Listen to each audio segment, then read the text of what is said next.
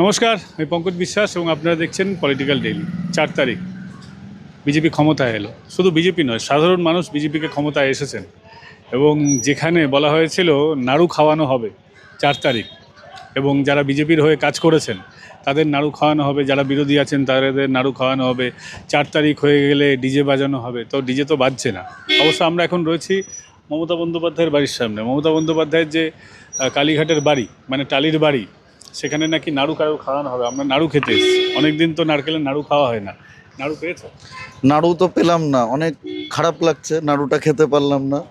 পিসি বলেছিল 4 তারিখের পরে যারা বিজেপি করে তাদের নাকি পিঠে ব্যানার লাগিয়ে ঘুরতে হবে যে বিজেপি আমরা করি না। আজকে তোমার পিসি, ব্যানারটা কোথায়? আমি তো ব্যানার লাগাইনি, আমি আজকে পিসির কাছে জানতে এসেছি, পিসি আমি তো ব্যানার ছাড়াই ঘুরে বেড়াচ্ছি। তোমাদের দলের লোকেরা তুমি যে বাড়ির সামনে এসছো, হ্যাঁ টালির বাড়ি, উপরে টালির উপরে দেখছি আবার দেওয়া, সিট দেওয়া আছে যাতে ঠান্ডা ঠান্ডা থাকে।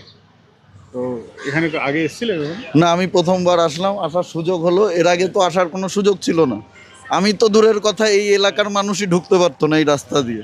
আজকে যেভাবে মানুষ ঘুরে বেড়াচ্ছে স্বাধীনভাবে, নতুন স্বাধীন হয়েছে পশ্চিমবঙ্গ, তো এই স্বাধীনতার আপনারা দেখতে পাচ্ছেন এখানে আজকে অটো দাঁড়িয়ে রয়েছে, বাইক যাচ্ছে, কাউকে কেউ কোনো রকম চেকিং কিচ্ছু করার ব্যাপার নেই।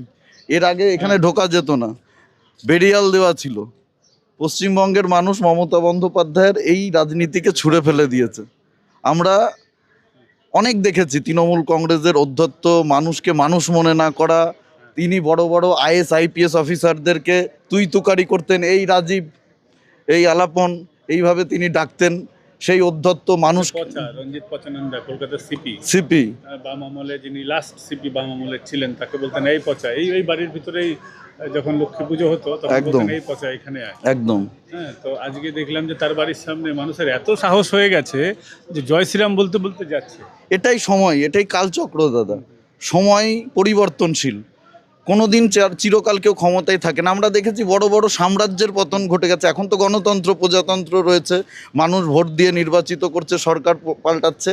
বড় বড় রাজারাও তাদের ক্ষমতা চিরকাল ধরে রাখতে পারেনি, এক একটা সাম্রাজ্যের পতন ঘটে গেছে। সেখানে পিসি ভাইপো আর কি, এটা হওয়ারই ছিল, একদিন না একদিন এই পরিবর্তন হতো। আজকে পরিবর্তন হয়েছে, আমরা দেখছি সব ঢুকছে, পিসির ভাইপো ঠাইপো যারা আছে, ভাই আছে, তারা ঢুকছে, মিটিং টিটিং আজকে করছে। দেখলাম যে অনেকেই আসছেন যারা বিধায়ক হয়েছেন, তৃণমূল কংগ্রেসের নবনির্বাচিত বিধায়ক। হ্যাঁ, তো তারা আসছেন।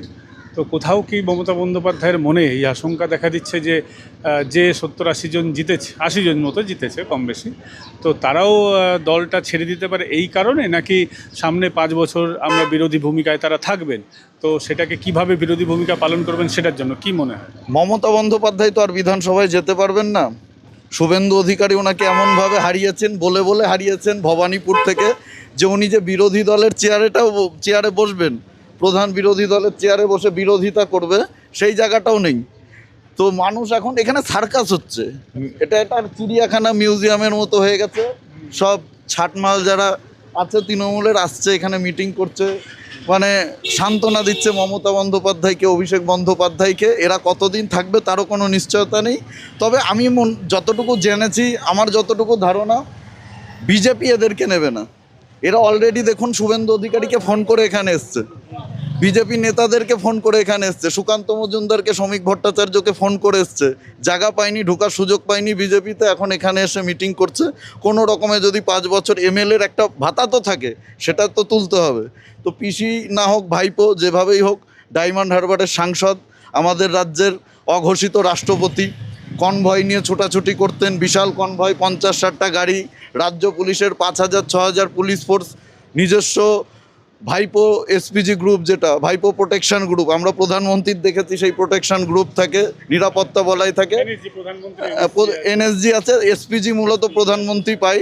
তো ভাইপোরও একটা এসপিজি ছিল, ভিপিজি, যেটা ভাইপো প্রোটেকশন গ্রুপ। তারা একদম ছুটোছুটি করতো, রাস্তা আটকে দিত 1 ঘন্টা আগে, 2 ঘন্টা আগে, মানুষকে যেতে দিত না। তো এই জবাব মমতা বন্দ্যোপাধ্যায় ভেবেছিলেন যে টাকা দিয়ে সব কিছু হয় দাদা, আমি 1500 করে দিচ্ছি, লক্ষ্মীর ভাণ্ডারের 500 টাকা বাড়িয়ে দিলাম, যুবকদেরকে 1500 টাকা করে দিলাম, মানে আমার যাই করি না কেন, আমরা যতই চুরি করি, মানুষকে ধমকাই চমকাই, যাই বলি না কেন, মানুষ আমাদের গোলাম হয়ে গেছে। আমরা টাকা দিয়ে সবাইকে কিনে নিয়েছি, মানুষ বুঝিয়ে দিয়েছে জনতার উপরে কেউ নেই। জনগণ যেটা বলবে, জনতা যেটা বলবে, জনতার রায়, জনতা বড় বড় ক্ষমতাকে ছুঁড়ে ফেলে দিয়েছে। তো এ পিসি আর ভাইপো।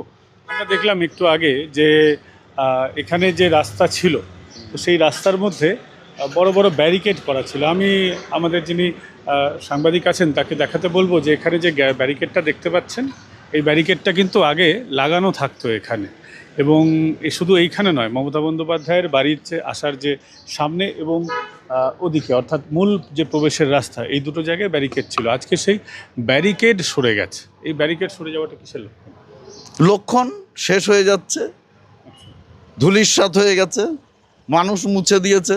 যে পুলিশকে কুকুর বিড়ালের মতো ব্যবহার করেছে, ডিএ চেয়েছে, যখন পুলিশরা বলেছে ঘেউ ঘেউ করলে ডিএ পাওয়া যাবে না। আপনারা গোটা রাজ্যের মানুষ দেখেছেন, মমতা বন্দ্যোপাধ্যায় যে কোনো জেলায় প্রশাসনিক বৈঠকে গেছে, যখন বিরোধী দলের যারা নির্বাচিত জনপ্রতিনিধি ছিলেন, এমপি ছিলেন, এমএলএ ছিলেন, তারাও তো মানুষের দ্বারা নির্বাচিত।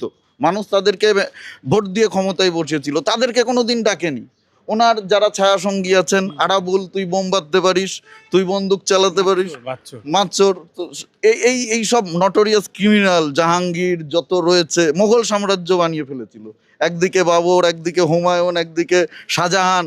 তো পশ্চিমবঙ্গের বাঙালি হিন্দুরা, ওই যে বললাম, জোট বেঁধেছে। মমতা বন্দ্যোপাধ্যায় বলেছিলেন একটা কমিউনিটি জোট আজকে যে এত জোরে জোরে এই কথাগুলো বলতে পারছো, কখনো ভেবে দেখেছিলে যে 4 তারিখে বিজেপি যদি ক্ষমতায় না আসতো, বা রেজাল্টটা ঠিক যদি উল্টে যেত? বিজেপি ক্ষমতায় আসার ব্যাপার না, তৃণমূল কংগ্রেস যদি জিতে যেত, এই রেজাল্টটা যদি উল্টে যেত, 80 বিজেপি বা অন্য যে কোনো রাজনৈতিক দল, 200 তৃণমূল কংগ্রেস, তাহলে এই কথাগুলো বলতে পারতো? দেখুন, বাংলার মানুষ যখন উল্টায় না, একেবারে ঘটি বাটি সহ উল্টে দেয়। এটা আমরা দেখেছি।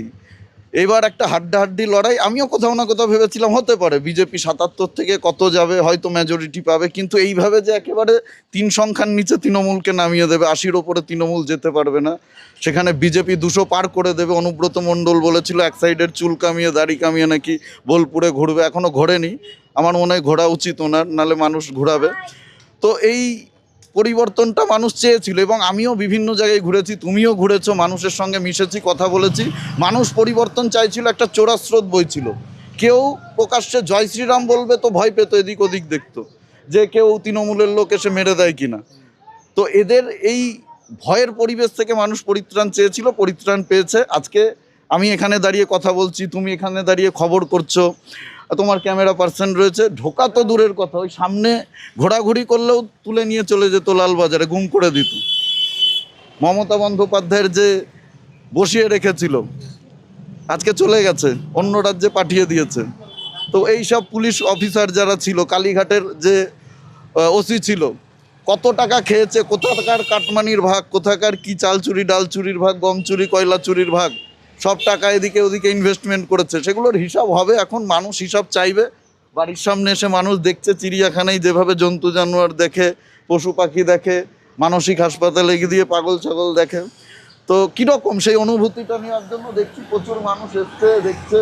আজকে ক্ষমতা নেই, কারোর কিছু বলার ক্ষমতা নেই। সব ওই যে মমতা বন্দ্যোপাধ্যায় বলেছিল না যে পিঠে লিখে ঘুরতে হবে, আমি বিজেপি করি না। আজকে তৃণমূলের নেতারা সব পিঠে লিখে ঘুরছে যে আমি তৃণমূল করি না। রাতারাতি মাথায় গেউড়ুয়া ওইটা বিজেপি নিচ্ছে না। বিজেপি বলছে এইসব উচ্ছিষ্ট এটো কাটা নেবো না, এইসব জঞ্জাল নেবো না। ফেসবুকে বিভিন্ন জায়গায় তরুণজ্যোতি তিওয়ারি সহ অনেকে লিখেছেন যে বিজেপি বলে ঘুরলেই বা ঝান্ডা ধরে ঘুরলেই বিজেপি হওয়া যায় না, যতক্ষণ না দল তাকে অনুমোদন করছে ভারতীয় জনতা পার্টির কর্মী বা সৈনিক হিসেবে। সেই জায়গায় দাঁড়িয়ে আজকে এখনও কিন্তু সেই সন্ত্রাসটা আছে বিভিন্ন জায়গায়। মানুষ কথা বলতে চাইছেন না এখনও, হয়তো জয় শ্রীরাম বলছেন কিন্তু বলেই কেটে পড়ছেন।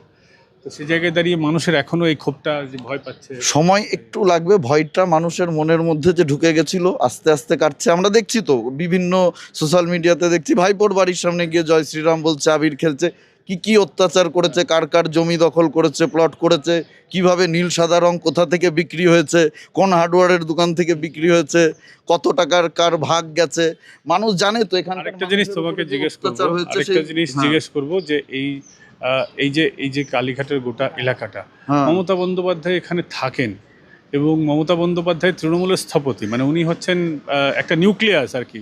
একটা কোষের মধ্যে যেমন নিউক্লিয়াস হয়, তৃণমূল কংগ্রেসের উনি হচ্ছেন নিউক্লিয়াস। সেই নিউক্লিয়াসটাই টিকলো না। এরপরে কি 5 বছর তৃণমূল কংগ্রেস চালাতে পারবে? দলটাকে এবং যেভাবে ভাঙা গড়ার রাজনীতি পশ্চিমবঙ্গে আমরা দেখে অভ্যস্ত, একমাত্র সিপিএম সাধারণত ভাঙা গড়া করতো না, কারণ ওদের একটা আদর্শ ভিত্তিক ব্যাপার আছে, ভালো হোক বা মন্দ হোক। কিন্তু কংগ্রেসও ভাঙা গড়ার রাজনীতি অতীতে করেছে, আমরা দেখেছি যে তৃণমূলও ভাঙা গড়ার রাজনীতি করেছে, এবং বিজেপিও তো ওরকম তো কোনো ফতোয়া নেই যে অন্য দল থেকে আসা যাবে না। এই মুহূর্তে হয়তো নেওয়া হচ্ছে না, কিন্তু কোনো দিক থেকে কি মনে হচ্ছে যে এরা এতজনকে নিয়ে আলটিমেটলি 5 বছর কাটাতে পারবে না, এরা নয় দল ছেড়ে দেবে, নয় বিজেপিতে চলে আসবে? বিজেপিতে আমার মনে হয় না যেতে পারবে, ঢুকতে পারবে। বিজেপি দরজা বন্ধ করে দিয়েছে এবং মানুষও চায় না এরা বিজেপিতে আসুক। বিজেপিকে মানুষ যেভাবে সমর্থন করে দিয়েছে, মানে সংখ্যাগরিষ্ঠতা সব কিছু ম্যান্ডেট ছাপিয়ে গেছে, যা প্রয়োজন ছিল তার থেকে অনেক গুণ পেয়ে মানুষ দিয়েছে। তো এদের যে প্রয়োজন নেই বিজেপিতে, সেটা মানুষই বলে দিয়েছে। এরা এখন যাবে হয়তো হুমায়ুন তাদের সাথে গিয়ে বসবে, নওশাদ সিদ্দিকী যে ওদের লীগ রয়েছে সেই লীগকে জোটবদ্ধ করবে, ওখানে সেখানে যাবে।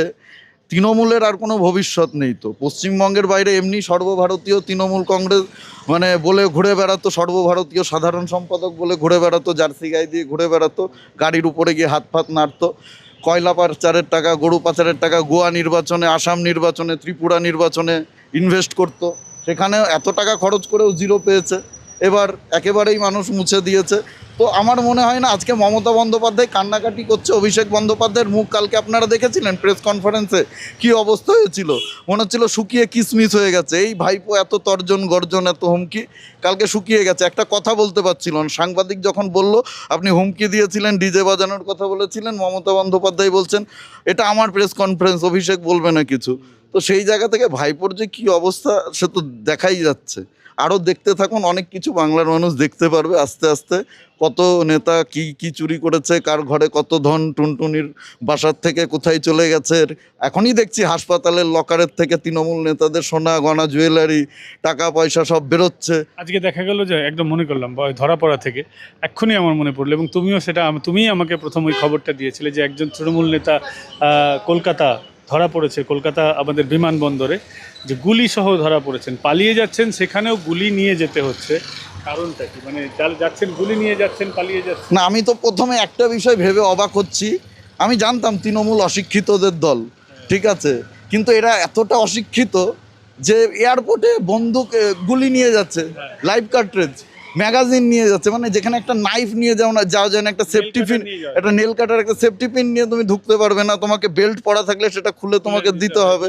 হ্যাঁ, তো এরা মনে হয় কোনোদিন যায়নি এয়ারপোর্টে, তো এগুলো নিয়ে যাচ্ছে। আরে ভাই পালা, অন্য কোনো রাস্তা সেফটি, যদিও ঘিরে দিয়েছে, পালানোর পথ নেই, পালিয়ে যাবে কোথায়? একমাত্র বাংলাদেশ আছে, তাও বর্ডার সিল করে দেবে ওই সুন্দরবন দিয়ে। যদি মাতলা নদীর মধ্যে, হ্যাঁ, মাতলা নদীর ফদি দিয়ে ওইসব জায়গা দিয়ে পালাতে পারে তাহলে একটা গল্প আছে, না হলে কোনো গল্প নেই। এমনি তো এদিক দিয়ে কোথায় যাবে? উড়িষ্যাতে বিজেপি, আসামে বিজেপি, ত্রিপুরায় বিজেপি, আর কোথায় যাবে? ঝাড়খণ্ডেও পাবে না এই জিনিস, আর নেবে না। তো যারা হেরে যায় তাদের সঙ্গ কেউ দেয় না, তাদের পাশে কেউ থাকে না। জানে এই কেজরিওয়াল ডুবিয়ে গেছে, দেখেছো কিভাবে ডুবিয়ে গেছে। তো এই ভাইরাসের মতো জানে, এখন ওরাও সচেতন। ঝাড়খণ্ডের মুখ্যমন্ত্রী এসেছিল প্রচার করতে মমতা বন্দ্যোপাধ্যায়ের, কিন্তু এই রেজাল্ট দেখার পর উনিও ভাবছেন ওনার ছায়া যদি আমার উপরে পড়ে কালকে আমারও না এই দশা হয়। সেই জন্য এদেরকে কেউ নেবে না। অসংখ্য ধন্যবাদ দিবাকর এতটা সময় দেওয়ার জন্য। তো ঠিক যে জায়গায় আমরা দাঁড়িয়ে আছি, একদম তৃণমূলের পতাকা এখনও এখানে পথ করে উঠছে, জাগো বাংলার সাইনবোর্ড রয়েছে, মমতা বন্দ্যোপাধ্যায়ের ঠিক বাসস্থল এই জায়গা কালীঘাট, এবং মাত্র 80 জন। কখনো ভাবা যায়নি যে তৃণমূল কংগ্রেস 200-র উপরে যারা পাবে ভেবেছিল, তারা মাত্র 80-তে গুটিয়ে গেছে। এবং শুধু 80-তে গুটিয়ে যাওয়া নয়, জনগণের যে ম্যান্ডেট, বিপুল ম্যান্ডেট নিয়ে ক্ষমতায় এসেছে ভারতীয় জনতা পার্টি, তারপরও মুখ্যমন্ত্রী মমতা বন্দ্যোপাধ্যায় তিনি পদত্যাগ করবেন না বলেছেন, এবং পদত্যাগ না করলেও 7 তারিখ পেরিয়ে গেলেই তিনি কিন্তু কার্যত মুখ্যমন্ত্রী আর থাকছেন না। যতই জোর করে তিনি ক্ষমতায় টিকে থাকার চেষ্টা করুন, 7 তারিখ পেরিয়ে গেলেই বাংলার নতুন মুখ্যমন্ত্রী 9 তারিখ শপথ নেবেন। এবং এই মুহূর্তে যেটা জানা যাচ্ছে যে বাংলার মুখ্যমন্ত্রী শপথ নেবেন হচ্ছেন ব্রিগেডে। এর আগে আমরা কখনো কোনো মুখ্যমন্ত্রীর শপথ আমার সাংবাদিকতা জীবনে, বা দিবাকরও হয়তো বলবে যে দিবাকরও তুমি দেখেছো কিনা যে এভাবে ওপেন প্রোগ্রাম হচ্ছে না। আমার তো খুব বেশি বয়স না, তোমাদের বয়স অনেক বেশি। আরও অনেক সিনিয়র মানুষ যারা তোমার ভিডিও দেখে, আমার ভিডিও দেখে, তারাও হয়তো দেখেননি। আমরা অনেক দেখেছি, কংগ্রেস, যুক্ত ফ্রন্টের সরকার, প্রফুল্ল সেন থেকে শুরু করে অনেক নেতা মুখ্যমন্ত্রী দেখেছি। এই রকম এটা কি বলতো, জনতা ভার্সেস মমতার লড়াই ছিল, মানুষ হারিয়েছে, মানুষ বিজেপিকে নিয়ে এসছে, বিজেপি যেখানে জিততে চায়নি সেখানে মনে হয় জোর করে বিজেপিকে জিতিয়ে দিয়েছে, এরকম একটা পরিবেশ হয়ে গেছে পশ্চিমবঙ্গে, একেবারে বললাম না ঘটি বাটি সহ উল্টে দিয়েছে। তো এখানে জনতার রায়, এটা জনতার সরকার, তো জনতার এই শপথ গ্রহণের জন্য তো জায়গা নেই। তো আমার মনে হয় ব্রিগেডও ওই দিন ছোটো পড়েছে, এর আগে আমরা যখন তৃণমূল মধ্য গগনে তখনই ব্রিগেডে সভা করেছি, মোদিজি আমরা দেখেছি এসছে, মানে মানুষ ধরার জায়গা নেই। তো এবার কি হবে ভাবতে পারছেন, জায়গা আর কোথাও না। আমার তো মনে হয় দুটো ময়দান ব্রিগেড জোড়া লাগালেও সেটা কম পড়ে যেত। যা খুব ভালো সিদ্ধান্ত নিয়েছে, এবং যেই হোক না কেন মুখ্যমন্ত্রী, আমি জানি না এখনও কে হবে না হবে, যেই হোক না কেন একটা সুষ্ঠু প্রশাসন, সুন্দর প্রশাসন আমরা চাই, মানুষ যাতে ভয়মুক্ত হয়ে চলতে পারে, সকলের যাতে বাকস্বাধীনতা থাকে। সরকারের সমালোচনা আপনারাও করবেন, যারা বিরোধী আসনে বসবেন আপনারা সমালোচনা করবেন, বিজেপি ভুল করলে, বিজেপি যে প্রতিশ্রুতিগুলো দিয়েছে সেগুলো যাতে পূরণ করে সেগুলো নিয়ে আপনারাও আলোচনা করবেন, গঠনমূলক আলোচনা করবেন। কিন্তু যেভাবে তৃণমূল রাজনীতি করেছে, অমিত শাহকে ব্যক্তিগত, ভারতবর্ষের একজন স্বরাষ্ট্রমন্ত্রী, তাকে বলছে এক বাপের বেটা হলে কলকাতায় থাকো, ঠিক আছে, দেশের প্রধানমন্ত্রীকে হোদল কুতকুত বলছে, এই যে ভাষা ব্যক্তিগত, আমরা তো দেখি আরও বিরোধী মুখ্যমন্ত্রী রয়েছে গোটা দেশে, বিজেপি যেখানে ক্ষমতা নেই, তারাও তো এই ধরনের ভাষা, ব্যক্তিগত স্তরে গিয়ে আক্রমণ, এগুলো তো করতেন না। তো একজন মহিলা মুখ্যমন্ত্রী যদি নিজের শালীনতা বজায় না রাখেন, আমার তো মনে হয় এখন যে সৌজন্যতাটা বিজেপি দেখাচ্ছে এখনও, এটা তো উনি ডিজার্ভ করেন না। বিজেপি নেহাত ভদ্র মানুষের দল, শিক্ষিতদের দল, সেই জন্য এই সৌজন্যতাটা দেখাচ্ছে। এখনও ওনার বাড়িতে কেউ পাথর ছোড়েনি, কেউ কাদা ছিটায়নি। এটা আমি বলবো বিজেপি মানে ভালো মানুষের দল, শিক্ষিত ভদ্র মানুষের দল বলে এটা দেখতে পাচ্ছেন। শ্রমিক ভট্টাচার্য বার্তা দিয়েছে যে কেউ ঝামেলা, আমি তো এখানে এসেছি দেখছি, আমি অনেক কিছুই বললাম, কই জয় শ্রীরাম, আমার জয় শ্রীরাম আমরা বলছি, কিন্তু এখানে তো খোঁচা দিয়ে এমনি সেটাকে কি দেবো, মরা মানুষকে লাথি মেরে লাভ আছে? মরা মানুষকে লাথি মেরে লাভ নেই। তো মরা মানুষ যারা মৃত আমরা জানি, তাদেরকে আমরা সৎকার করতে হয়, মরা মানুষ নিয়ে কিছু বলে লাভ নেই।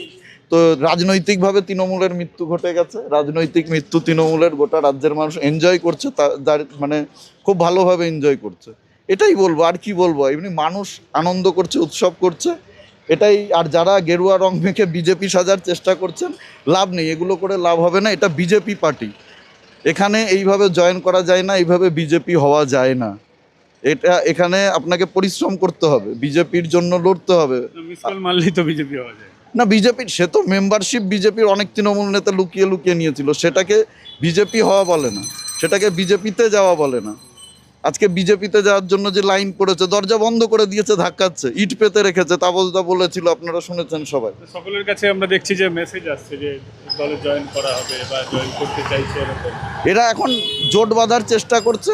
আজকে মনে হয় দেখা যাক, সান্ত্বনা পুরস্কার দিয়ে মমতা বন্দ্যোপাধ্যায়ের চোখের জল মুছে বেরোক, কোন দিকে বাংলার রাজনীতি আগামী দিনে যায় সেটাই আমরা দেখতে চাই। অসংখ্য ধন্যবাদ দিবাকর এত সময় দেওয়ার জন্য। আমরা এই মুহূর্তে রয়েছি মমতা বন্দ্যোপাধ্যায়ের বাড়ির সামনে, নাড়ু খাওয়ার অপেক্ষায়। নাড়ু খাওয়া আর জুটলো না এবং ডিজের শব্দও শুনতে পাইনি। এরপর আমরা যাব অভিষেক বন্দ্যোপাধ্যায়ের বাড়ির সামনে, দেখব ওখানে ডিজে বাজছে কিনা। যারা হুমকি দিয়েছিলেন যে আমাদের কালীঘাটের সামনে ঝুলিয়ে দেওয়া হবে, ওই ধুরন্ধর সিনেমায় যেমন হুক দিয়ে ঝুলিয়ে দেওয়া হয়েছিল, সিনটা আমরা দেখেছি সিনেমায়, ঠিক সেরকমই আমাদের ঝুলিয়ে দেওয়া হবে। তো আমরা এসেছি যে কোথায় ঝোলানো হতো জায়গাটা খোঁজার জন্য, এখনও কিন্তু খুঁজে পাইনি। আমরা এরপর যাচ্ছি অভিষেক বন্দ্যোপাধ্যায়ের বাড়ির সামনে। আপনার সঙ্গে থাকুন, দেখতে থাকুন পলিটিক্যাল ডেইলি। এতক্ষণ আপনাদের সঙ্গে ছিলাম আমি পঙ্কজ বিশ্বাস, এবং আমার সামনে রয়েছেন এসোনা কুণ্ডু, যার প্রতিবেদন আপনারা নিয়মিত দেখেন এই চ্যানেলে। ভালো থাকবেন।